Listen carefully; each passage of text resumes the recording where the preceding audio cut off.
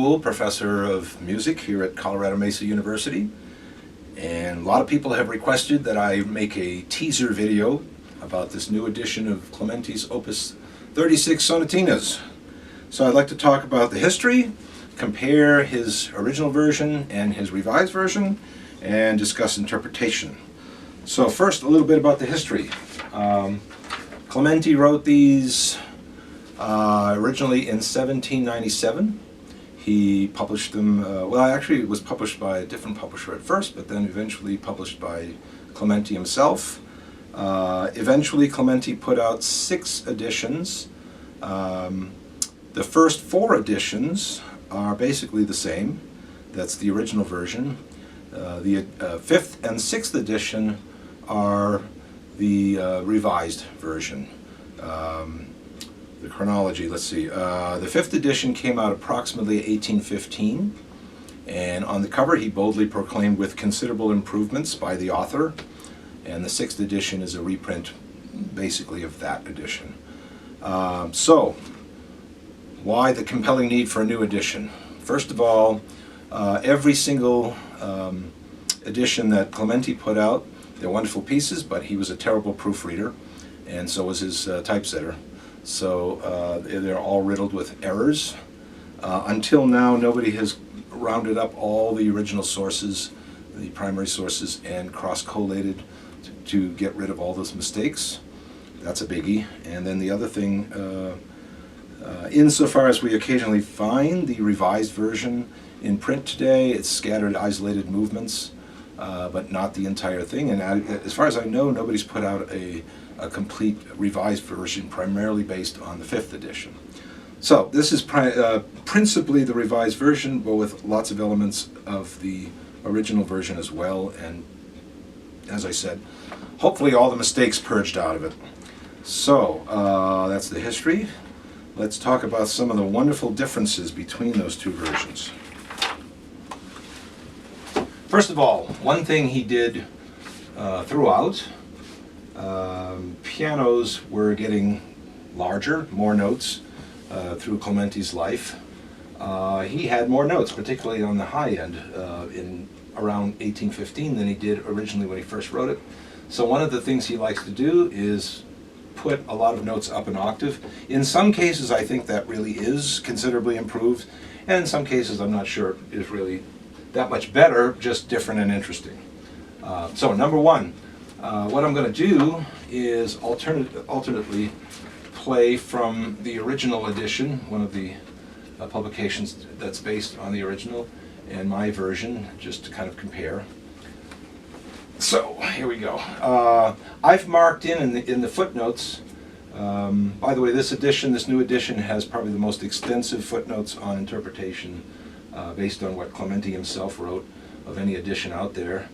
But I did also add metronome markings. They're just suggestions. For number one, I suggest a range of 80 to 108, although for me, closer to maybe 94 to 104. The most important thing is to feel it in 2, not 4. If you play it in 4,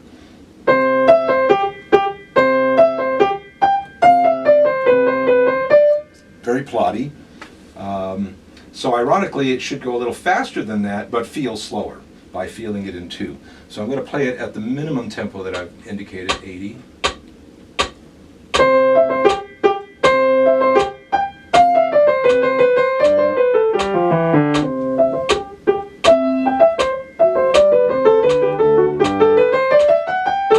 Now that's the original version. Just to show you the range, I think any slower than that, it would be very, very difficult to feel that in 2. It would start to feel it in too much in 4. So I'm going to go the other way and put it at 108, the other end of that spectrum.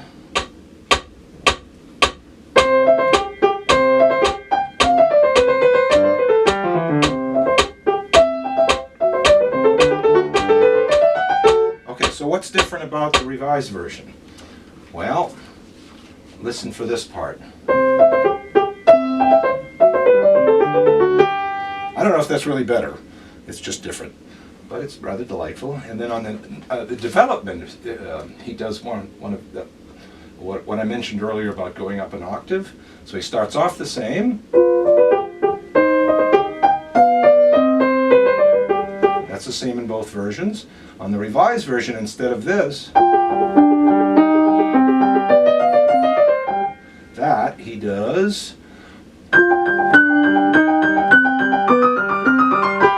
two things different: up an octave and a little flirt with the neighbor note there instead of just this.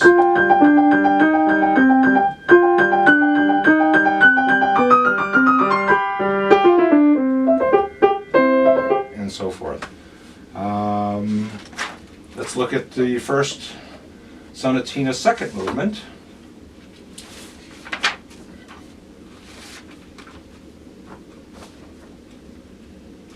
So he marks this andante.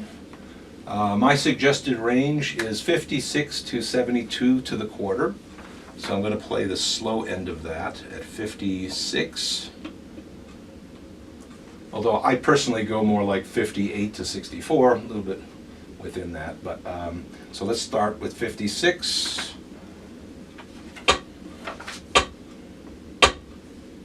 to the quarter. So originally this is how it's written in the first version.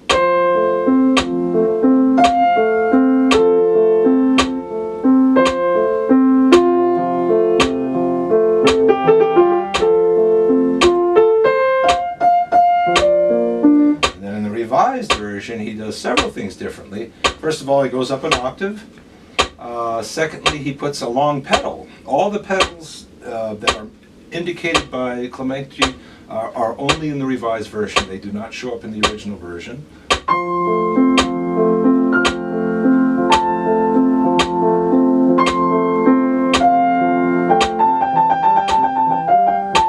He also starts that trill a little bit earlier. Let me play just a little bit the other end of that spectrum a little bit faster. And again, the revised version.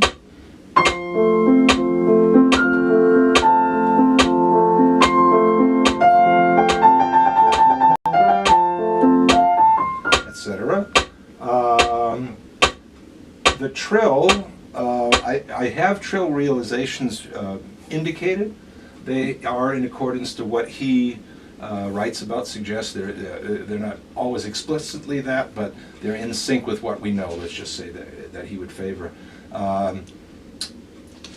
Sandra Rosenblum, the famous musicologist, points out that trills should be in sync with the tempo, generally. So since this is a slowish tempo, I think I would lean towards doing the timed trill. Like that, although I don't think Clementi would object.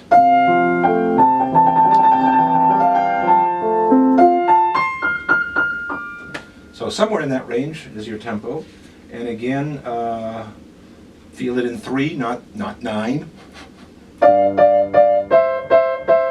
You know, so.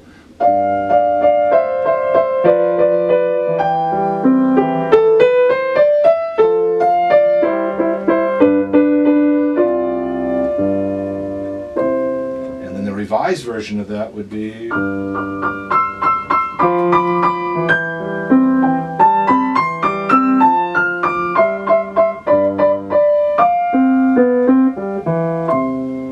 That's a little different. First time he did this, and the second time.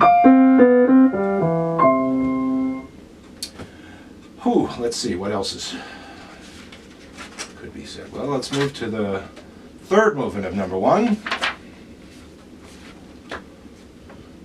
Very jaunty, happy-spirited movement. My suggested range, tempo range there is 66 to 76, or maybe for me personally more like 69 to 72. So I'll start with the lower end of that, play a little bit, 66. Should definitely feel 1 to the measure, not 3. So nobody, we don't want to hear. And you teachers out there would know this.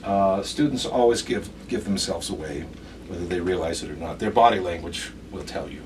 If you see the head bob 3 beats, you know they're thinking that, even if they think they're not thinking that. So Something like that. Anyway, let's do it at 66.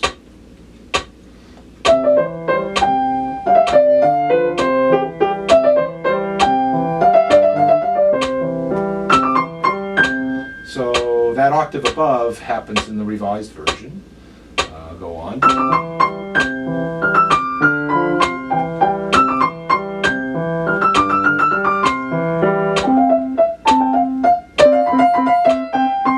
Another thing to be very careful of with slurs. It's interesting that Clementi almost always writes a slur coming out of a long note, not going to a long note. So what he wants to avoid is this, fracturing the phrase midway. So the slur actually, interestingly, starts on the second downbeat and goes to here. So what he's trying to avoid, like I say, is this, and that fractures the phrase, but rather something like this. So make sure that the short notes coming out of the long notes are not bludgeoned. They come out of those long notes. So.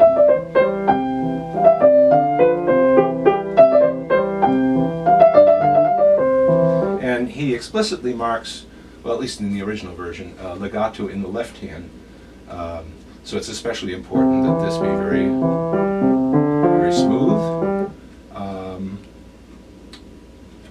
It's a misconception that Clementi always wants legato, because Clementi is considered the father of legato. Times were changing.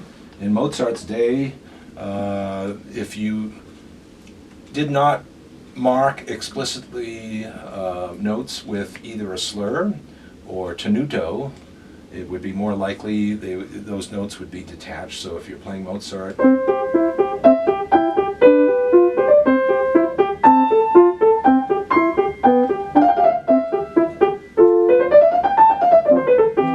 this would be the old Viennese style détaché as the prevailing touch often, not always, but often. With Clementi and Beethoven later, and so I mean this was the way the wind was blowing. They prefer legato. However, it's important to note that Clementi had a loophole. He did mention that it's okay occasionally, though, to put in staccato for extra spirit. So I wouldn't rule that out. So, for instance, here, I could conceivably do, occasionally revert to that old school, if the spirit moves you. So yeah, a feeling of one to a bar. Let's go the other end of that tempo spectrum, closer to 76. 76. Here we go.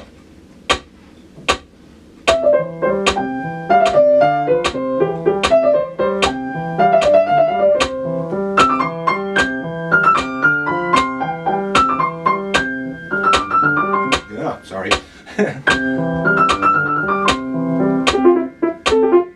Etc. So I think that feeling of one to a bar is terribly important. Also, maybe think about, in 4-bar phrasing, think about the degree to which you want to emphasize each downbeat. Shouldn't all be the same. This would get boring if you did. So decide, is it strong, weak, or maybe the other way around, weak, strong. I think actually weak, strong, weak might make the most sense in terms of the vocal line. That high note. Oops, sorry. Anyway, but in any case, have a plan so that they're not all the same. That can get very boring. Let's go on to number 2. So my suggested range of tempi here would be from 92 to 104, although that's what I put in my edition. However, for me it's closer to 95 to 104. I guess I favor slightly on the fast side of that. So let me play, however, 92, the low end of that It's marked allegretto. I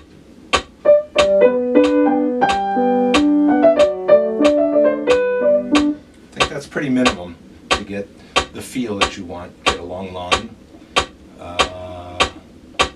I would be a little bit more inclined on the upper end of that.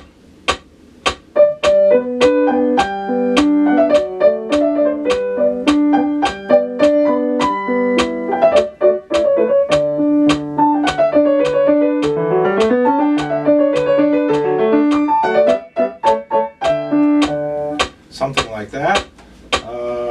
For me, this is often played just a little too fast. A lot of people play it allegro.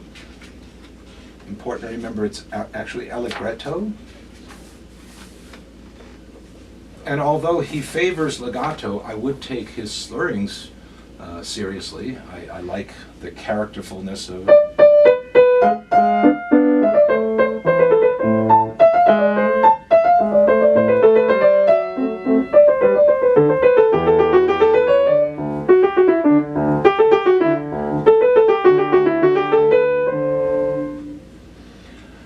The thought crosses my mind that one could interject a lead-in cadenza there. Something as simple as a G major scale, and what he wrote, perfectly lovely, but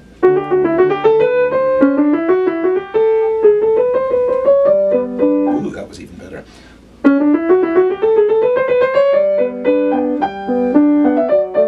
Like I said, a simple scale. Although I should say I would be more likely to do that on the repeat than the first time around.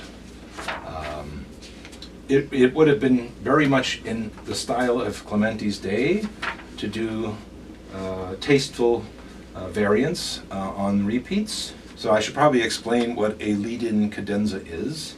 Not to be confused with a full-fledged cadenza that you would find in a concerto. A lead-in cadenza is a way, it's actually a vocal throwback to the Baroque times. It's a way, you're suspended on the dominant seventh, right here, and it's a way to sort of extend that or do something vocally to extend the suspense, you might say, and delay the resolution, or just fill in. I mean, in this case, he's already written one, in essence. And by the way, I would not object, and I don't think Clementi would either, if you put a fermata over those rests there. If you stick with what's written, let me play that again.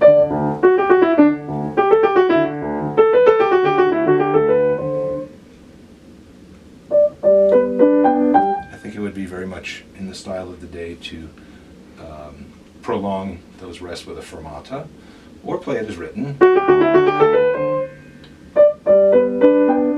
or, as I said earlier, some kind of leading cadenza. Sorry, I messed that up. But in any case, that's what a leading cadenza is. It's just a more modest, improvisatory extension or prolongation of the dominant, usually before the tonic reoccurs. Moving on to the next movement. Second movement of number 2. The changes that Clementi made in the first movement, going back to that for a second, are not terribly extensive in this particular movement. Probably the biggest change is just going up the octave here. Instead of this, sorry, and on the revised version, so that going up an octave idea. The other ones are very, very subtle changes. Okay, second movement, second sonatina. Originally this, let's see, I've got a range of 66 to 88 to the quarter. That's my suggested range. So I will play it at 66. This one's wonderfully childlike, very simple, very charming.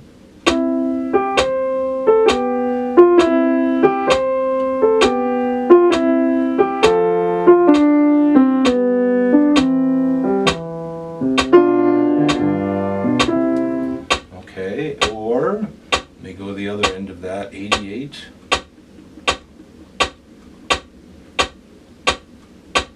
I think I'll play just for variety the revised version, however. The biggest change here would just be going up the octave.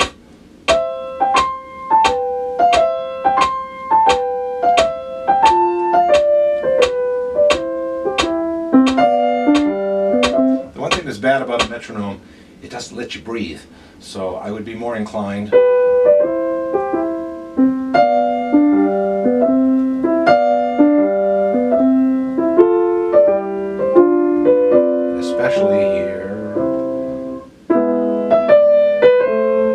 can be very tyrannical, doesn't allow you to do that. And of course, you should breathe between phrases.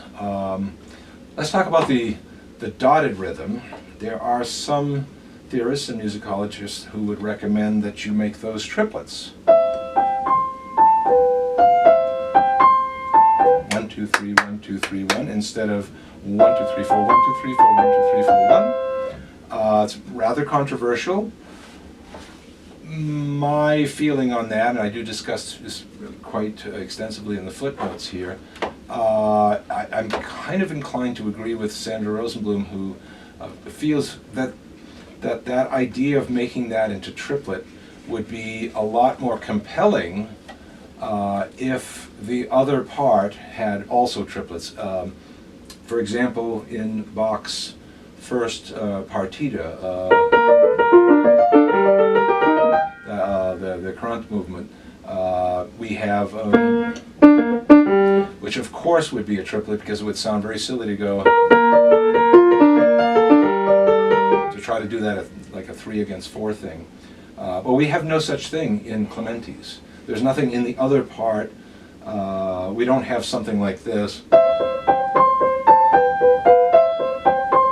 Say triplets written in the other part that would incline us to say, okay, we should line it up. Absent that, my inclination would be to keep the dotted rhythm the way it looks. That said, I also think tempo makes a difference. For me, if one were to play this on the lower end of that tempo spectrum, say 66, then I would be very much inclined to keep the dotted 8th and 16th. I guess I'll do the revised version. Because I think at that slower tempo, you need that snappier dotted rhythm to keep the energy. On the other hand, to turn that around, if I were to maybe do the triplet, I wouldn't call it necessarily definitively wrong. I don't think you can prove for 100% this whole controversy. Certainly, in the old Dorothy Bishop, Maurice Hinson edition, they did in fact suggest perhaps to do the triplet. I'd be more inclined to consider it if the tempo was fast.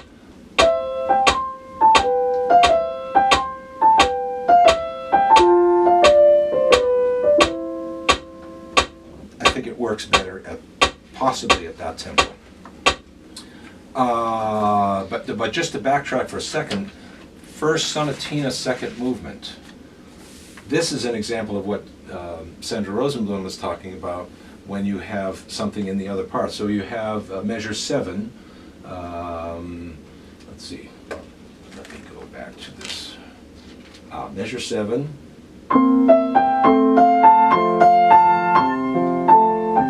You have a dotted 8th and a 16th against the triplet. That's more likely to be lined up like this than it would be. It's a little more compelling there.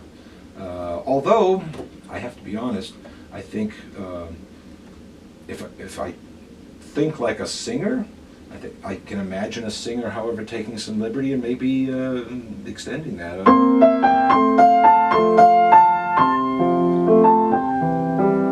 I wouldn't rule that out.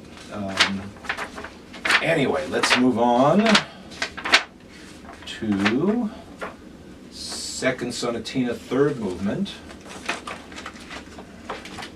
It's a rondo form.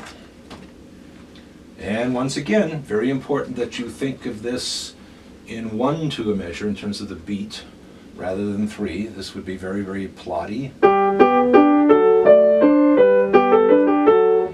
So let's talk about the tempo range. Let's see. I have a tempo range of 63 to the bar to 72. So I'll play a little bit at the lower end of that. And the very opening measures are no different, original version versus the revised.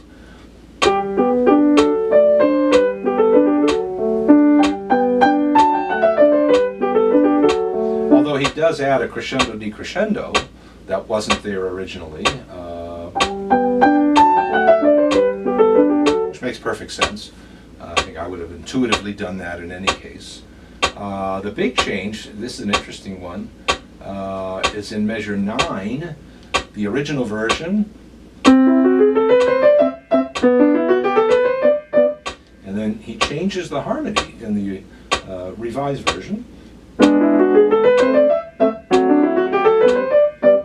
That's really interesting to me. Okay, let me play a little bit on the higher end of that tempo spectrum, 72.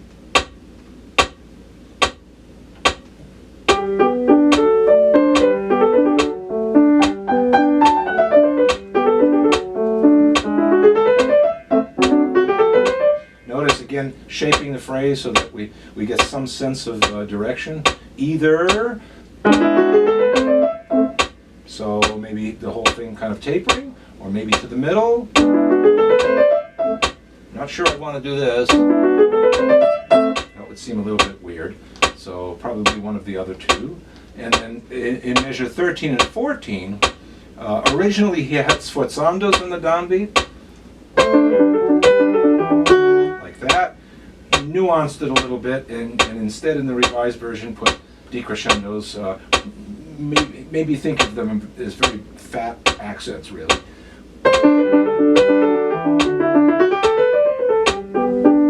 I think that is an improvement. That's a little more nuanced.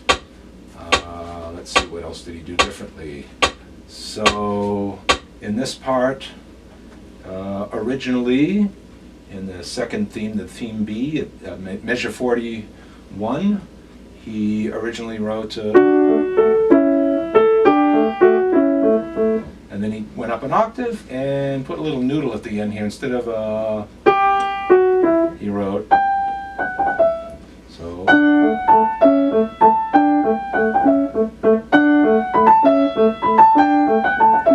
he's got little flourishes there that he didn't have before. Quite delightful. Ooh, and here too. Let's see. Just before the return of the main theme, this would be a classic place for a leading cadenza. Essentially, he's written one out.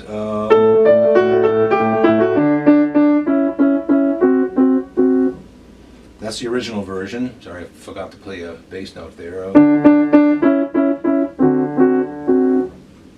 And then back to that. In the revised version, he went up an octave. Let's see.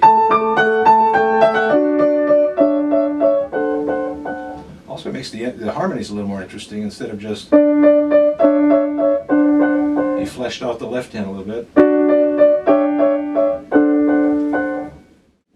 One of my favorites, number 3. So originally, let's see, tempo 108 to 126 is my suggestion. Let me try it at 108. Original version.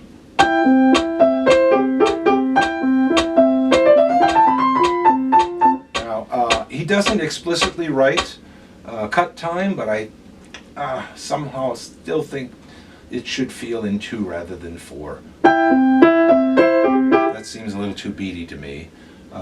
In the revised version, the big change, and I guess I'll just play that for the fun of it on the upper end of that range of tempi, 126, is he adds an extraordinary pedal marking.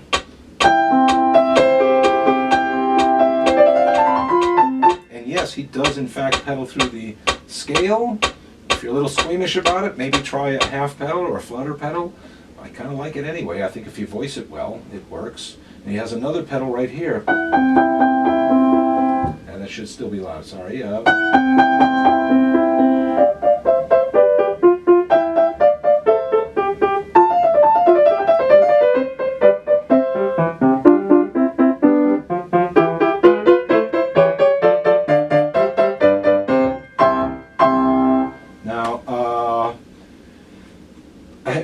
all kinds of footnotes about this, but so you can read up on it in the edition. But I do suggest editorially that maybe consider a rather unusual interpretation here.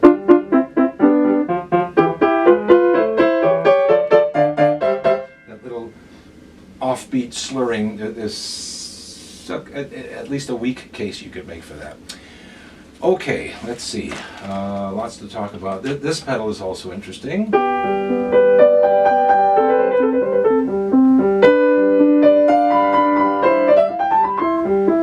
Those pedals are really intriguing, really fun.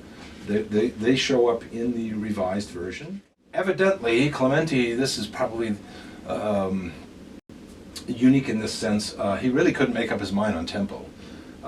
He's got originally in the first 4 editions, I believe, un poco adagio, somewhat adagio.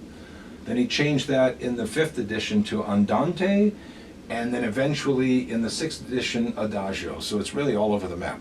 So in my suggested tempo range, I have 38 to 58. That's quite a range.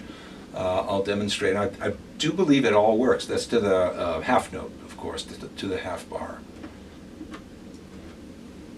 So on the slow end,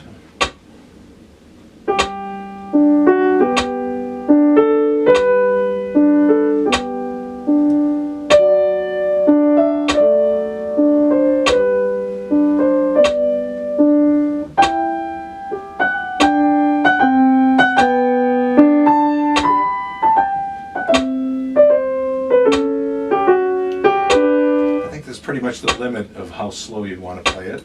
On the upper end of that, 58, I usually play, of course, within, somewhere in between these extremes. And I'll do the revised version, this part, because there are some interesting differences. And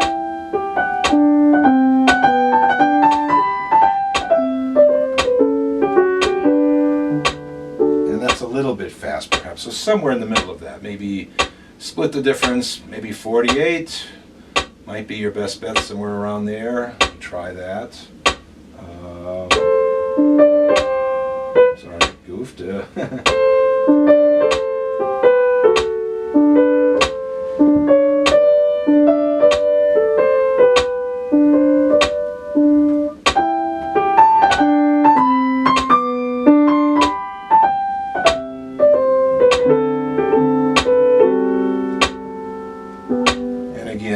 Metronomes don't allow you to breathe, and you should.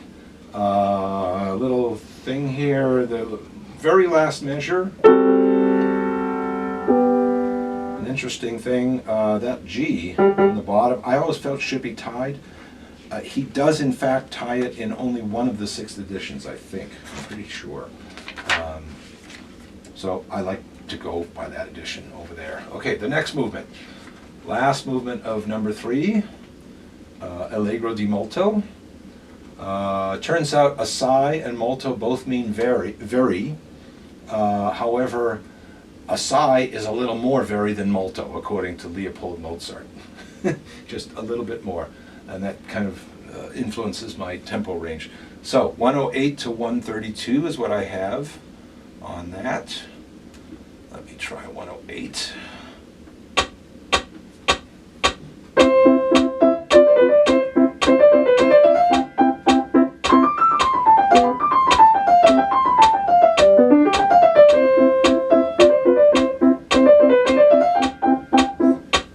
Here it's interesting, the original version,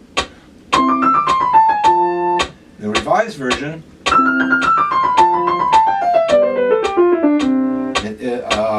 it's very possible he didn't have that note originally on his older piano. That's my guess. Anyway, oh, very important point. Take the 2-note slurs seriously. I make a big deal of this in my footnotes. I'll do it slow motion. In the original version, not this. That's a 3-note slur. He actually does write 2-note slurs. And I think they do have more character. So whether you're doing the original version or the revised goes up an octave.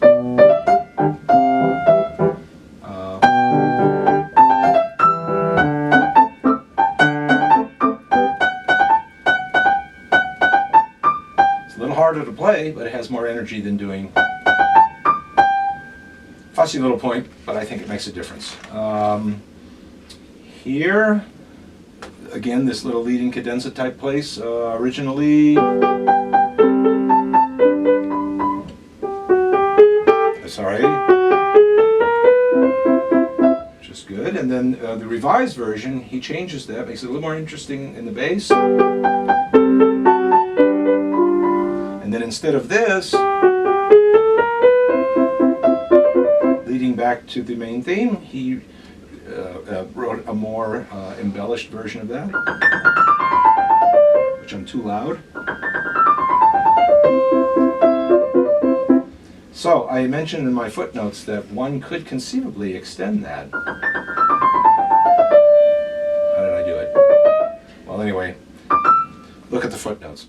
Sonatina number 4. Let's see, what are some of the differences here, some of the issues. Okay, lots of noble character here. But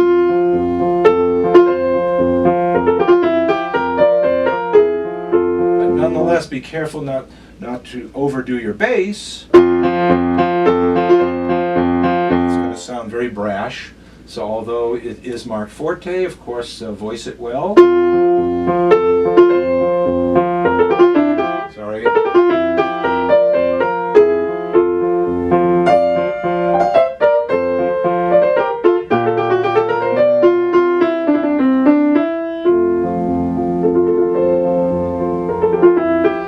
Wonderful pedal marking he added later in the revised version, and another spectacular pedal I think that was added is here, and it's a stunning one because ordinarily one would never think to pedal through. You would think that would sound absolutely dreadful, and yet I think if you voice it well, don't overdo the right hand, bring out the pedal point. This is at the development at measure 31.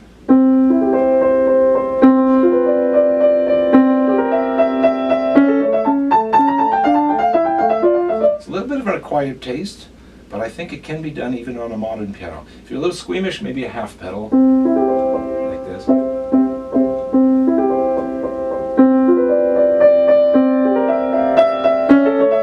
Might be a little bit more palatable.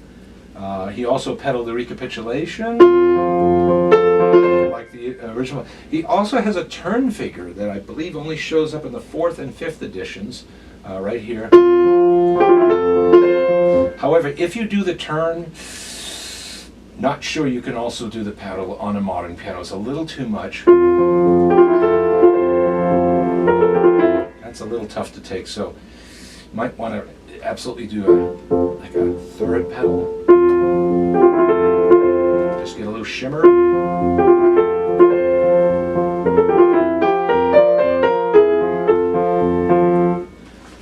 Very interesting changes there. Second movement of number 4. I suggest a tempo range of roughly 46 to 54. Maybe I'll just cut to the chase and do something in between there. Let's see, how about maybe 40 or 50? That would be dead center of that, wouldn't it? Okay, so song form. This one, since con espressione, I think that implies a little rubato, so that's going to make it difficult. Oh, never mind. I'm not going to put that on. I'll edit that out. Yeah, that con espressione definitely implies rubato. So let me, a complete phrase would show that a little better.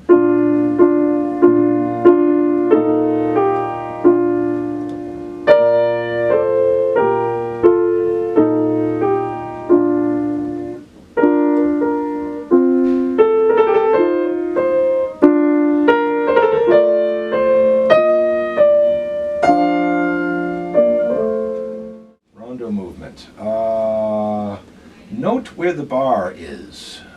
If you play it this way, nobody knows that that's an upbeat. So I would suggest that we have this little feeling to the downbeats. Sorry. Really, this whole thing goes, I think, to this downbeat. So,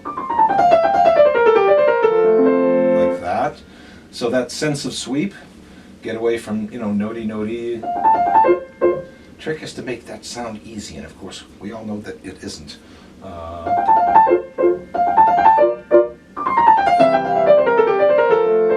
So that sense of like long line, sweep.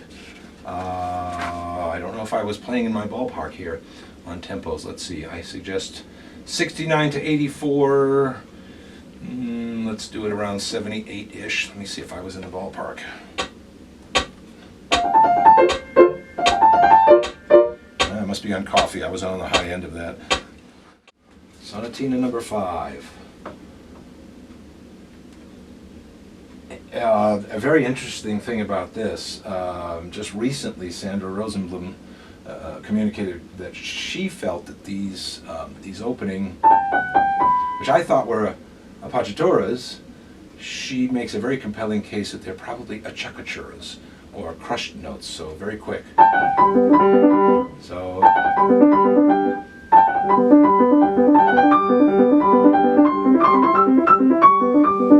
Now he doesn't spell out all the slurs in this one. So if we take him at face value and only do the slurs that are marked, I think you could make a case for that. No, sorry.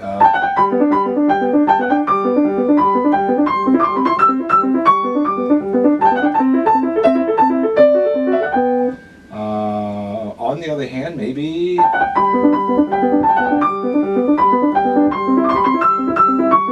It's really hard to say. He's left a lot to your interpretation. This movement, first movement, number 5, is absolutely the most radically revised of any between the original version and the revised version. It's really, really interesting. There's not enough time to demonstrate all those changes. They're quite extensive, very fascinating.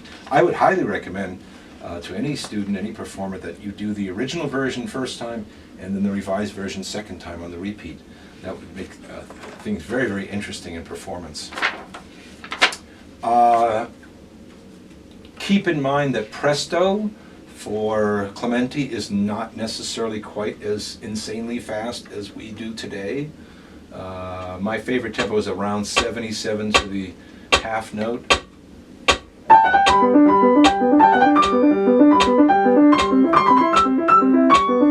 It's actually a little slower than what I was just doing. It's very tempting to just go nuts on that. Okay, the next one. I think this is the only one where he bases a movement on a Swiss air, which he clarifies in the original version. So let's see, what can we say? By the bar, not this. So we don't want this plotty feeling. My range is 44 to 63. I think 63 is right on the cusp of too fast, frankly. The only way you might make that work is if you really, really feel it in 1.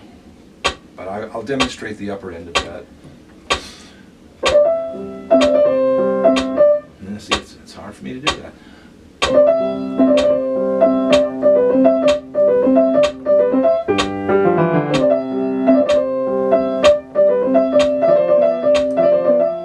So it's possible.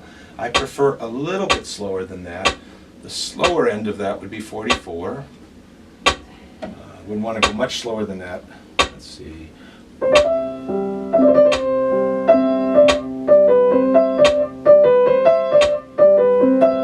The danger on that end is it's going to feel in 3. So no slower than that. It's probably somewhere in the middle of that is best. I don't know. Let me try 50 something. Let's see, maybe 52-ish.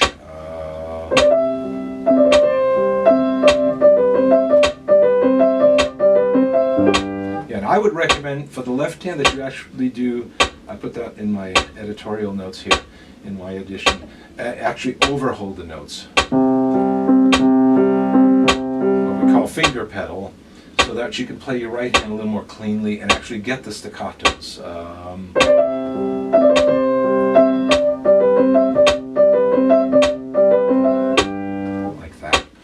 interesting differences which you can check out between the two versions. Also, interesting pedals here and there that he didn't have in the original. Moving along to the rondo, the last movement of number 5.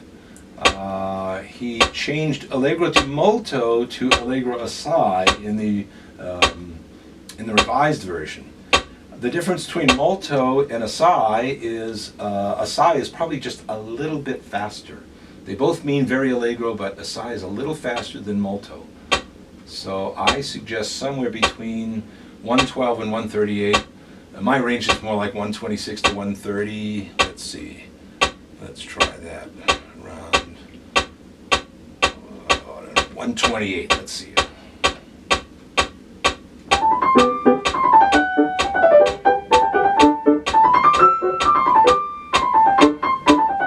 There's some subtle differences there. So mostly in the left hand, how often he repeats notes. So a lot of subtle changes, interesting ones. Again, a sense of line, sense of sweep, phrasing, not plotty. So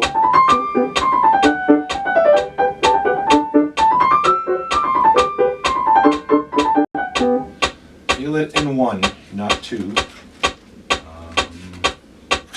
Let's see, number 6. One of my favorites. Okay, I suggest a range of 116 to 120. Well, actually, in my edition, 104 to 120. I guess I favor the upper end of that a little bit. Let's put it around 118 just for the fun of it. Okay. So.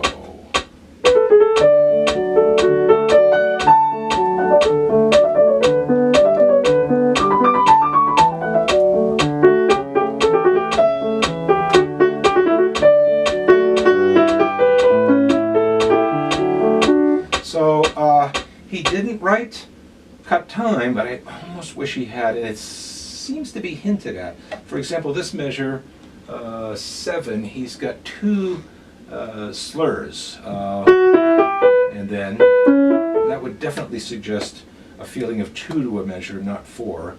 Certainly not, but rather.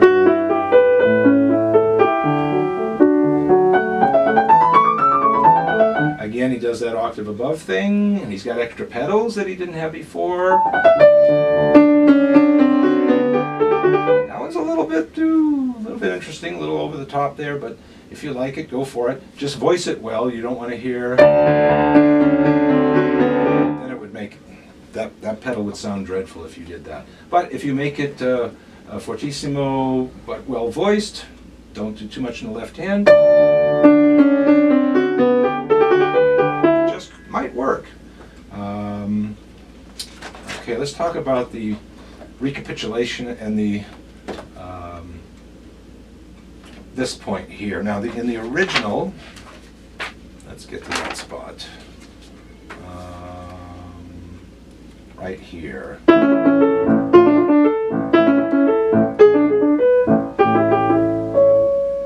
Now, at a moment like this in Clementi's day, they would have been very inclined to put in one of those leading cadenzas, so I'll demonstrate a possibility.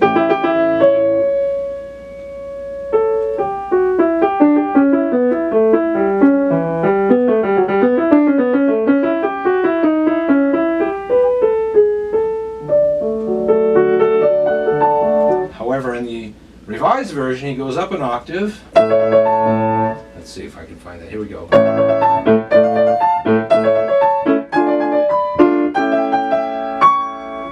But again, if the spirit moves you,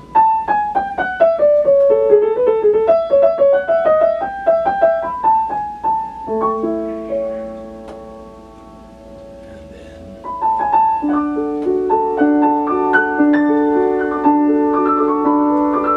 well, I think he might have been thinking of a music box here. I'm sorry.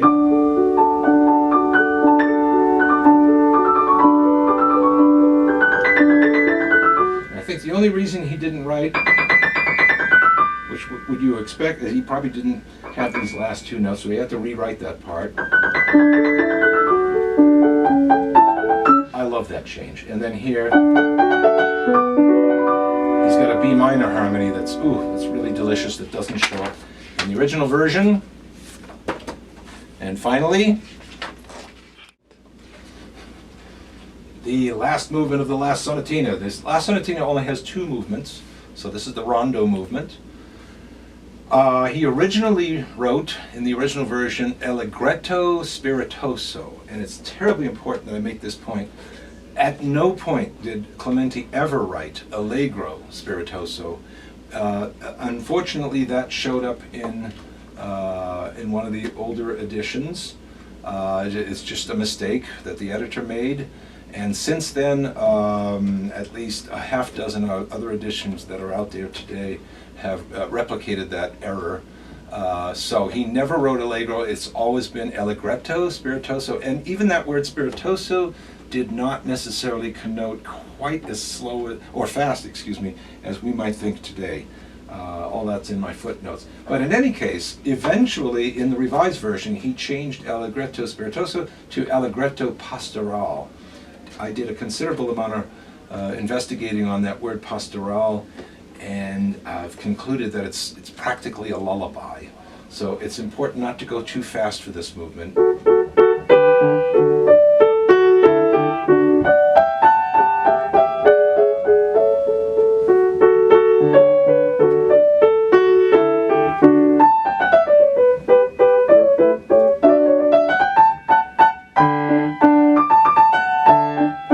So, a couple of things.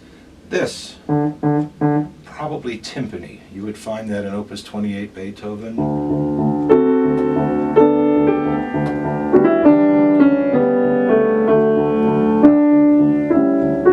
Something like that. That's also suggestive of timpani. Or listen to Beethoven's Violin Concerto. Pastoral seems to be associated with D major, with the sort of timpani pedal point. So be thinking of that when you play it. And again, most important thing, not too fast.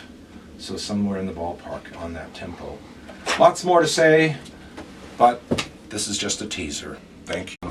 So I'm going to give you the short version of all this. Clementi first wrote these very, very popular, famous, and maybe the greatest sonatinas ever written in 1797. It was actually published by a different publisher then, and then later Clementi published it. He was a great businessman. He published it 6 different times, 6 editions, because he wanted to make money. And really the first 4 editions are what we're familiar with, the version, the original version that we always play, pretty much. In 1815-ish, he put out a new edition, and he put boldly on the cover, with considerable improvements. Dirty little secret, not every single change, I would call it an improvement. About 75% I think really are better. Maybe 25% are as good, but just different. And then some of them, a few, I prefer the original, so don't throw out your original versions. It's still a good version. That version is very hard to find today. There is no commercially available publication of all 6 sonatinas, the revised version, which is sad. You can find scattered movements here and there. But what's never been done, the thing that's not very well known, is all 6 of those original editions are riddled with errors, every single one of them. He was a great composer, but a poor proofreader, also his typesetter. Oh my God. Nobody has done, until this, laid out all 6. It took me 2 years just to track down all the sources. I needed help from world-famous musicologists like Sandra Rosenblum, who practically should get co-author credit on this. She helped me so much. Yale Library, Eastman, Harvard, British Museum. I'm missing a few. Eastman, I think I said that. So I tracked them all down, and so I can honestly say, and all due bragdom, this is the first time ever in 320 years. You know, when this came out, I don't know if you know this, March 20th, 1797 was when it was first published, and we published it almost to the day. 320 years later, somebody finally got it right. So I think it's really ridiculously long overdue. So what I'm going to do is give you a little snapshot. First thing I'm going to do, I want to pass this around. Just take a quick glance and try to get this around the room. What I did, and now this is a very popular, basically pretty good edition, but it's only based on one source, error-ridden source, like all the other editions out there today. I penned in with a magic marker all the changes that you would see in this edition into this, and sometimes with pencil. It'll blow your mind how different this looks. I mean, just rifle through a few pages and you're going to go like this. I think this will really bring it home, that this is not just, you know, another edition with a few alternate fingerings. It's quite radically different. So I'm going to pass that around. I should point out that while I'm a big admirer of Willard Palmer, he made an egregious mistake in the tempo of the last. If you turn to page, let's see, if you have the Clementi, turn to page 64, 64. Notice the tempo. Who can read out the tempo that's in my edition here? Allegretto pastoral. Okay, originally Clementi wrote Allegretto spiritoso. Now I looked up that word spiritoso. It's not quite as fast as you might think it is. Allegretto, of course, is not allegro. So, just about every commercial edition today says allegro spiritoso. Both of those words, in a sense, are wrong. Allegro is completely, I think Willard Palmer just made a mistake, and then everybody else perpetuated it because they're not bothering to look at primary sources, cautionary tale. And then pastoral, I did it, and this is all like a long footnote in here. Looked up that word, it's practically a lullaby. It has all kinds of connotations, D major, timpani, those left-hand notes, the Ds, those are actually timpani. It's quite fascinating. So this is not just a teeny little blooper, that's an egregious mistake. We're talking the difference between, you know, this, everybody thinks this is correct because they see allegro spiritoso, and that just sounds like some kid wired up on too much coffee, ADD. I mean, it's you know, and it's probably more along the lines of that. So these mistakes are not just trivial things, in my opinion.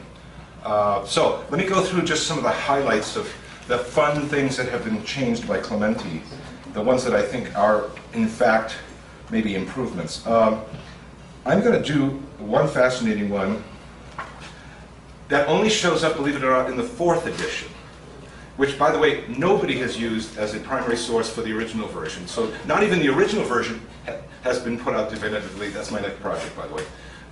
So there's a little turn figure that Clementi introduced, which you'll find in this edition, because really this edition is primarily the revised version, but taking into account a lot of the elements of the original as well. Unless you put it all together, it doesn't quite work. So on the repetition of this, on the recapitulation, he did this. It's kind of delightful, and it literally shows up in only one of the 6 original sources. So everything is coded in this edition. Like elements that are circled show up in the original version, but not in the revised. But they usually have applicability anyway. A certain kind of parentheses will mean, and it's all in the footnotes. You have to read them. This shows up in the 5th, but not the 6th, and etc. And it's all there for the first time. So that's one delightful little difference. Turn to page 40 on the development. By the way, I also very meticulously the pagination on this. Every single page turn is comfortable. That's a big pet peeve of mine. Love it. Also, if I could, I have an elegant symmetry with phrasing. I mean, I did a lot of work just to get the pagination very, very elegant. Anyway, so the development, he added a pedal mark here. And I think he's so concerned with the pedal point that he doesn't care if some of the harmonies blend. And even though on a modern piano, maybe it might make you a little squeamish, it works perfectly fine on a Clementi piano.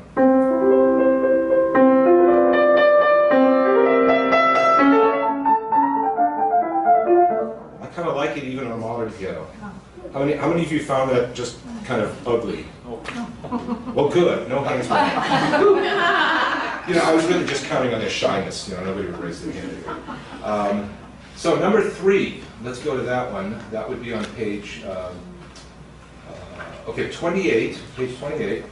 Now this blows my mind because I think if a lot of students did this at a lot of Sonatina festivals that we were talking about, and just simply did his pedal mark, which, well, I'll just play it.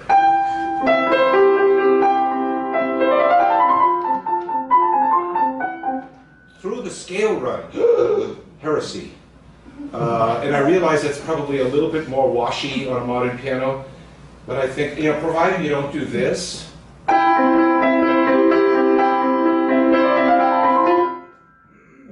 voice it terribly, then I would be the first one to say don't do it. But I think if you voice it well,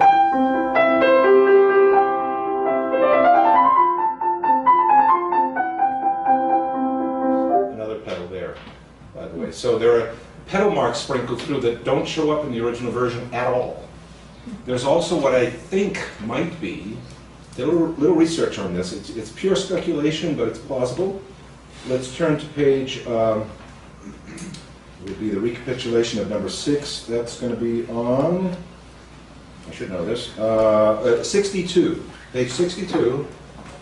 On the recapitulation of number 6 in D major, he has a long pedal mark that I think is a music box effect. And I looked up when that was invented. And let's just say I was very, very happy that it was invented prior to this company, because then it would have blown my theory out of the water if you know, that wasn't the case.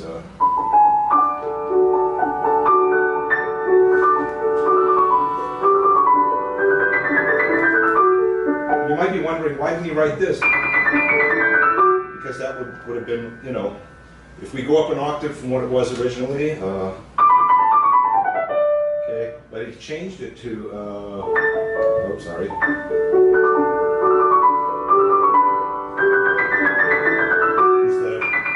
My theory is this: the reason he could do a lot of octave above transpositions in 1815 versus 1797, he had a bigger piano.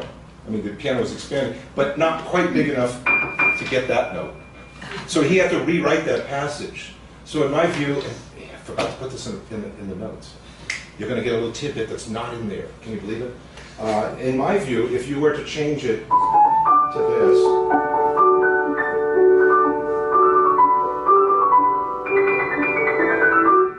you have my permission. I think if he had had those notes, he would have done that. He would have rewritten it again. So it's perfectly okay. But I like this too. Don't say, how many of you think that sounds like a little music box effect? Is that plausible? Is that possible? Isn't that cool? Were you offended that I actually pedaled through different harmonies? And again, a lot has to do with the student playing it well. I mean, if you do this,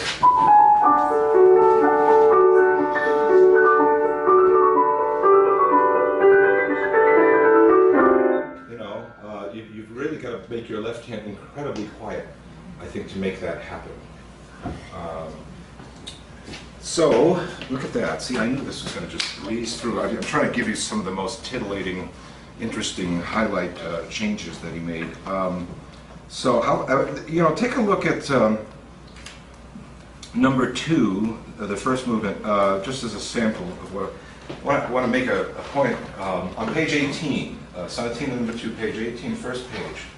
Now, you're going to see a whole lot of things encircled. They're in circles, okay? Insofar as you can find the revised version, the considerable improvement version today, I'll give you an example.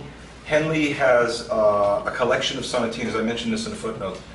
Different composers, different sonatinas. 2 out of the 6 of this are in there, and they purport to be, the revised version. However, they're based on one source only, therefore error-ridden. I have a 2-page handout of all the mistakes that are in just those 2 in the Henley edition.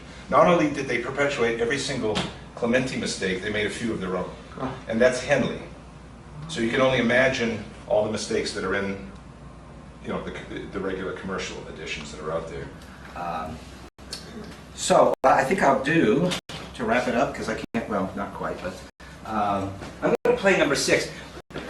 I'm going to recommend, John will be very happy about this, that when you have repeats, if you decide to eventually, I don't even know if we have enough copies, but of course, this is available, of course, on Abundant Silence's website, the Clementi edition. If you just Google Houle Clementi, it will come up on both Amazon and although he prefers Abundant Silence over Amazon.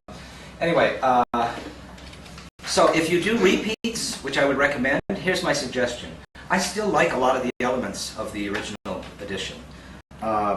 Oh yeah, I almost forgot to make this point about number 2. So if all I did was cross-correlate the 2 revised editions to at least get a more correct revised version than other people have done, that's still not enough. because that would have left out everything that you see in circles. So ask yourself, if you have this text right here, but you didn't have everything in the circles, would that really give you all the information you need? Because everything in those circles is from the original version. This is actually a composite of all 6 editions that you're looking at. This page really wouldn't, you would not have all the information you need to play this according to what Clementi really wanted. Great businessman, very, very sloppy editor. That's all I can say. Big admirer, but wow, did he need a proofreader? Something bad. And he hasn't had one until 320 years later. Lucky guy. Well, better late than never, huh? So here's what I recommend if you do repeats. Do the original version on the first time, and do the revised version, my edition, on the repeat. You have your cake and eat it too. You get everything. And then if you have places where you can do lead-in cadenza, you all know what a lead-in cadenza is? I could just give the floor to John, but then he'll go over my time. So anyway, there's a place just before, usually just before the recapitulation, you have a suspended dominant seventh. So this is this moment in the Clementi. In the original version, it goes like this. But in the revised version, it's... And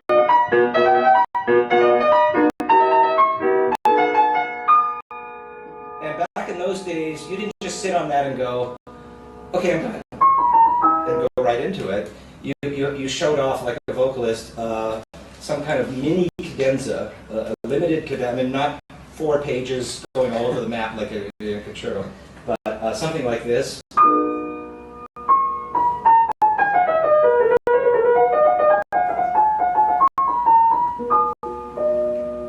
You notice I made it kind of organic. You hear little wisps of the motives, and then you go into it here. And so I've actually worked out 2 cadenzas, 2 different ones, for the first time on the original version.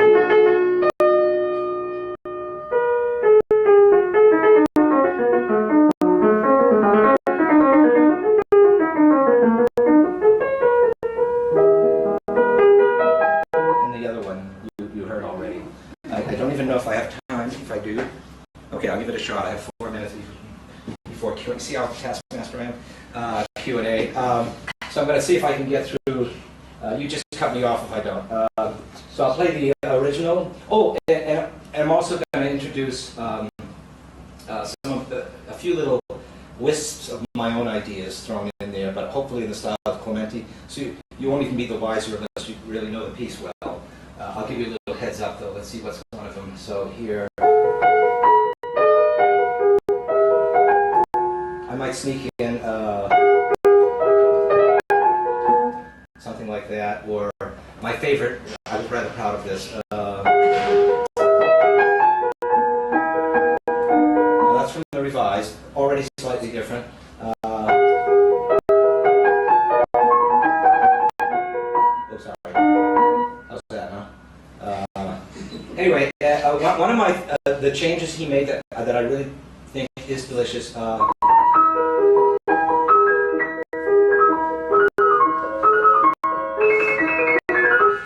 see. He stayed on this, but in the revised version, I think that B minor is so much better. Oh my God, that really is considerably improved. I just want to point that one out too. So anyway, I don't really know if I have time to do this entire thing. I'm not going to do that because I've talked too much. Sorry about that. Anyway, oh God, look at that. Arthur, It's already 9:18. you should do some of it. Well, I'll do some. All right, I'll tell you what. I'll do the second time the revised because you're already more familiar with the. If I can find where that happens. Let's see. You wouldn't believe the layout of this. Where did the second time come in?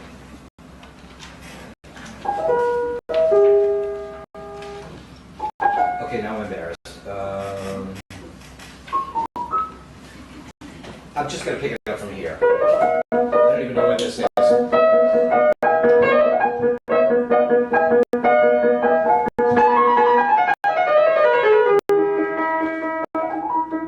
think this is still the original.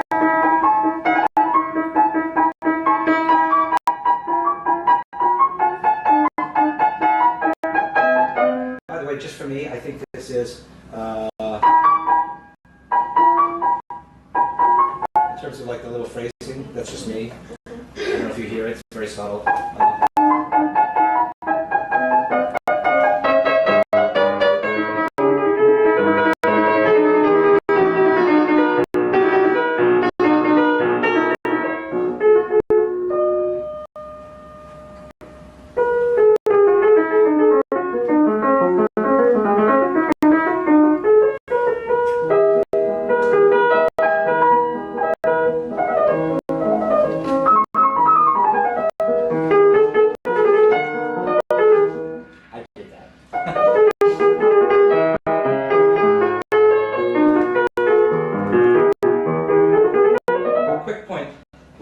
We're ultra obsessive about legato because, of course, he's the father of legato.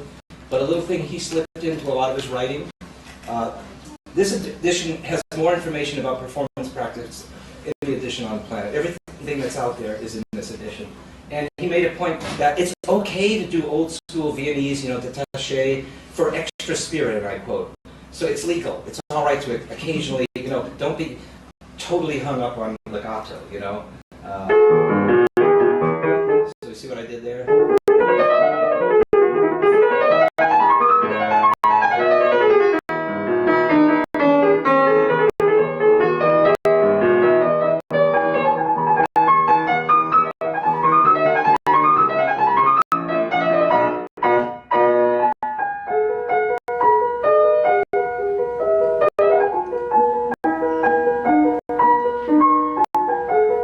That beat was mine.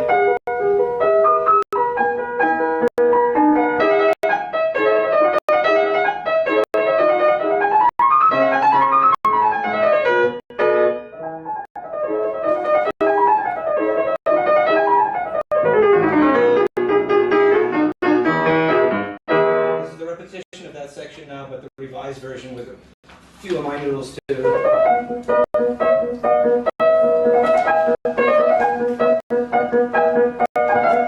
That turn is mine.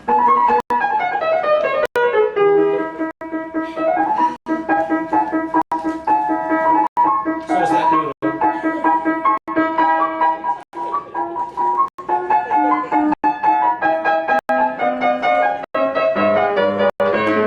Oops, sorry.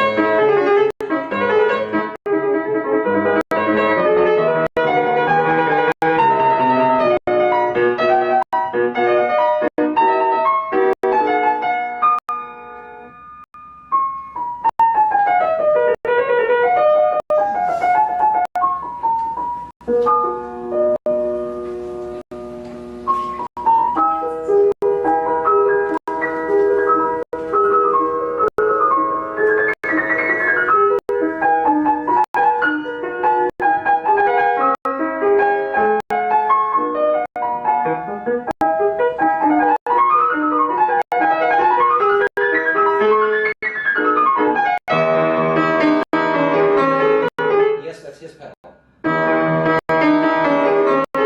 It's a little out there, but.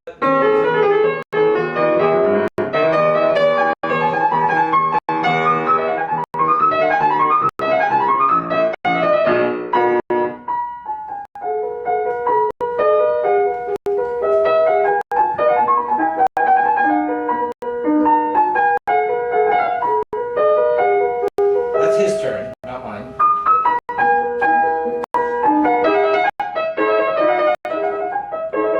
That's my echo.